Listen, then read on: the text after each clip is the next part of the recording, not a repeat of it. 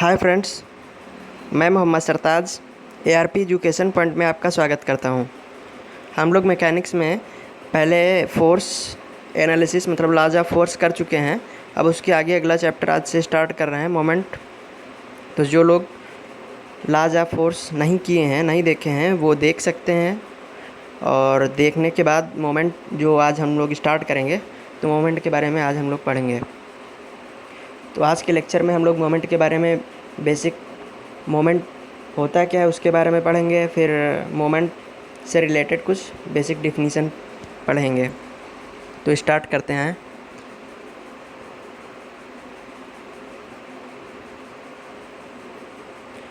Moment को हिंदी में कहते हैं आघूर्ण। आघूर्ण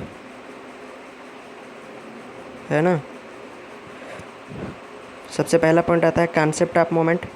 क्योंकि हम लोग पिछला जो लेक्चर किए थे, पिछला चैप्टर जो कोप अप किए हैं वो था लॉज ऑफ फोर्स, जिसके अंतर्गत हम लोग किए थे इफ़ेक्ट ऑफ फोर्स।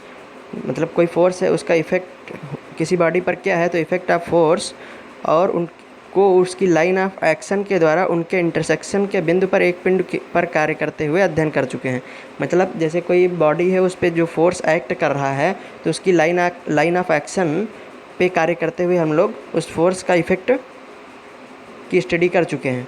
लेकिन हम लोग मोमेंट में क्या करेंगे, मोमेंट जो होता है ये उससे थोड़ा सा डिफरेंट होता है कि हम लोग क्या करेंगे, कोई बॉडी है, उस पर फोर्स लगा रहे हैं, है ना। तो उसका इफ़ेक्ट जो है उसके इंटरसेक्शन पॉइंट मतलब बॉडी के इंटरसेक्शन पॉइंट या उनकी क्रिया रेखाओं मतलब लाइन ऑफ एक्शन से दूर किसी अन्य बिंदु पर अध्ययन करेंगे।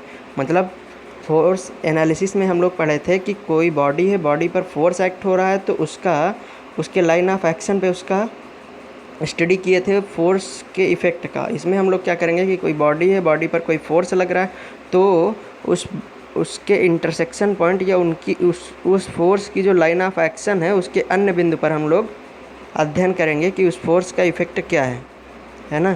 तो इस तरीके से हम लोग कॉन्सेप्ट ऑफ मोमेंट के बारे में जान लिए कि मोमेंट का कॉन्सेप्ट क्या होता है ना। अब आगे आते हैं मोमेंट के बारे में पढ़ेंगे। तो मोमेंट से रिलेटेड एक बेसिक इन्फॉर्मेशन ये है कि जैसे कोई बॉडी है, जब किसी कण पर बल लगाया जाता है तो कण की गति एक रेखीय होती है, मतलब लीनियर मोशन होता है। लेकिन अगर बल को किसी रिजिड बॉडी पर लगाते हैं तो गति एक रेखीय गति, वृत्तीय गति अथवा दोनों भी हो सकती है। क्योंकि अब हम लोग समझेंगे कि जब कोई कण है या पार्टिकल है, उस पर बल लगाएंगे तो कण जो होगा वो लीनियर मोशन करेगा। सही है कि जैसे कोई बॉडी है, उस पर अगर हम लोग फोर्स बाहर से एक्सटर्नल फोर्स लगा रहे हैं तो लीनियर मोशन करेगा। लेकिन अगर कोई रिजिड बॉडी, चूँकि मैकेनिक्स के अंतर्गत हम लोग रिजिड बॉडी का अध्ययन करते हैं, रिजिड बॉडी पर अगर कोई फोर्स लगा रहे हैं तो गति एक रेखीय गति या वृत्तीय गति अथवा दोनों भी हो सकती है।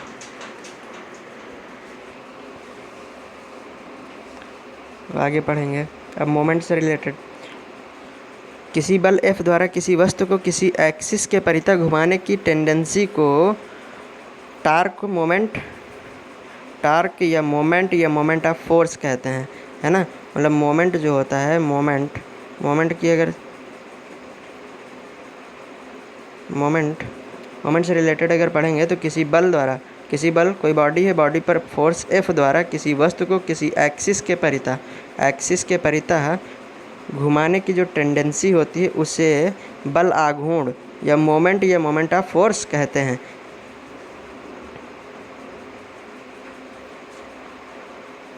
जैसे कि कोई बॉडी है, उस पर ये कोई बॉडी है, बॉडी से ये हो गया फोर्स। जैसे सपोज करो F फोर्स का है, डिस्टेंस जो है उससे D है ना। और टार्क कितने का जनरेट होगा, टाउ का।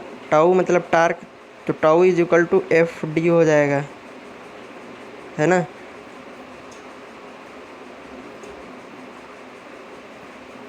तो दूसरे शब्दों में दूसरी तरीके से समझेंगे हम लोग कि मोमेंट के बारे में,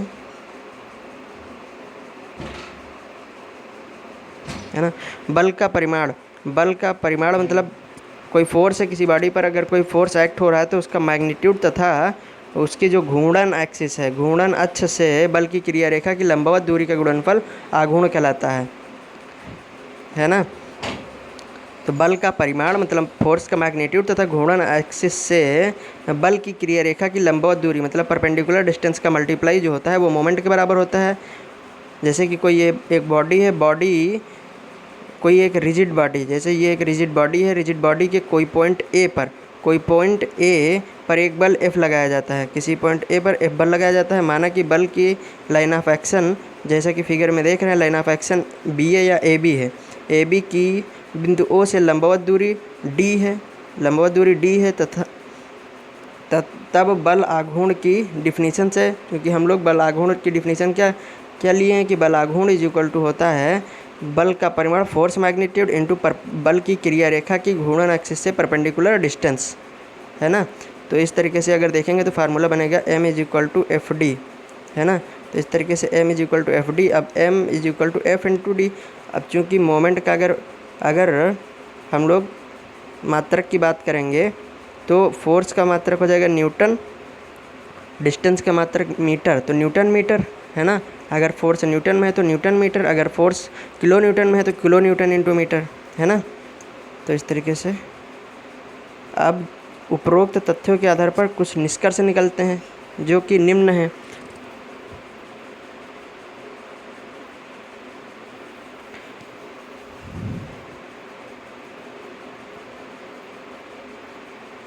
आघूर्ण एक सदिश राशि है, अतः इसकी गणना करते समय दिशा का ध्यान रखना अति आवश्यक है। मतलब आघूर्ण जो है एक वेक्टर क्वांटिटी है, अतः इसका कैलकुलेशन करते समय दिशा का अध्ययन करना अति आवश्यक है। यदि बल की क्रिया रेखा घूर्णन एक्सिस से गुजरते है तो बल आघूर्ण का मान शून्य होता है। यदि चूँकि जो फोर्स का लाइन ऑफ एक्शन है वो घूर्णन अक्ष से गुजरता है ना, तो बल आघूर्ण का मान शून्य हो जाता है। सही है, क्योंकि उसी एक्सिस पे रहेगा तो बल आघूर्ण मतलब d इज इक्वल टू 0 हो जाएगा, तो यहाँ पे मोमेंट 0 के बराबर हो जाएगा।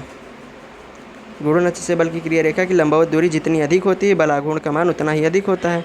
सही है, फार्मूले से देख सकते हैं हम लोग, जैसे कि m is equal to F D होता है, m is equal to F into D. तो अगर d ज़्यादा करेंगे तो मोमेंट ज़्यादा होगा, है ना। तो d ज़्यादा करेंगे तो मोमेंट ज़्यादा होगा, और जब मोमेंट ज़्यादा होगा तो घूर्णन गति ज़्यादा होगी बॉडी की। यदि किसी कारणवश बल का मान बढ़ाना संभव ना हो तो आघूर्ण भुजा को बढ़ाकर अधिक लाभ प्राप्त किया जा सकता है। आघूर्ण भुजा मतलब जो परपेंडिकुलर डिस्टेंस ली गई है उस रेफरेंस पॉइंट से, उसकी अगर डिस्टेंस मतलब d की वैल्यू बढ़ा देंगे तो हमको मैकेनिकल एडवांटेज ज़्यादा मिलेगा। इस सिद्धांत का यूज जो है लीवर तथा कसे हुए बोल्ट के नट को खोलने में किया जाता है। बात कर रहे थे बेसिक डिफिनीशंस की, जो बेसिक डिफिनीशंस हैं वो अब हम लोग करेंगे। तो पहली है मोमेंट एक्सिस मतलब घूर्णन अक्ष, वह काल्पनिक अक्ष मतलब वह इमेजिनरी एक्सिस जो उस बिंदु से होकर जाती है जिसके परितः आघूर्ण लिया जाता है, घूर्णन अक्ष कहलाती है। यह अक्ष बल के समतल के लंबवत होती है, जिससे डिस्टेंस d ली गई थी बॉडी में, वही एक्सिस। फिर अगला एक टॉपिक है मोमेंट आर्म। तो मोमेंट आर्म के बारे में पढ़ेंगे। नियत घूर्णन बिंदु से बल की क्रिया रेखा की लंबवत दूरी आघूर्ण भुजा कहलाती है।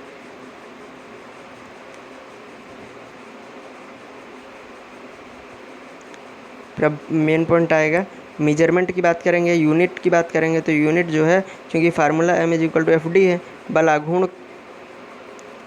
आघूर्ण जो होता है वो बल के परिमाण तथा लंबवत दूरी के गुणनफल के बराबर होता है। अर्थात यदि बल जो है न्यूटन में है, डिस्टेंस मीटर में है, तो बल का फार्मूला हो जाएगा न्यूटन इंटू मीटर। अगर बल किलो न्यूटन में है तो किलो न्यूटन इंटू मीटर हो जाएगा, है ना, किलो न्यूटन इंटू मीटर। अगर इसका CGS मात्रक देखेंगे हम लोग तो CGS हो जाएगा ग्राम इंटू सेंटीमीटर। MKS देखेंगे तो किलोग्राम इंटू मीटर हो जाएगा। मोमेंट एक सदिश राशि है, तो इस तरीके से हम लोग बेसिक नॉलेज ले लिए मोमेंट का, और इसी तरीके से मोमेंट के बारे में पढ़ते रहेंगे। जो भी लोग हमारे चैनल पे नए हैं वो चैनल को सब्सक्राइब कर लें और वीडियो को देखें और इसमें कमेंट ज़रूर करें।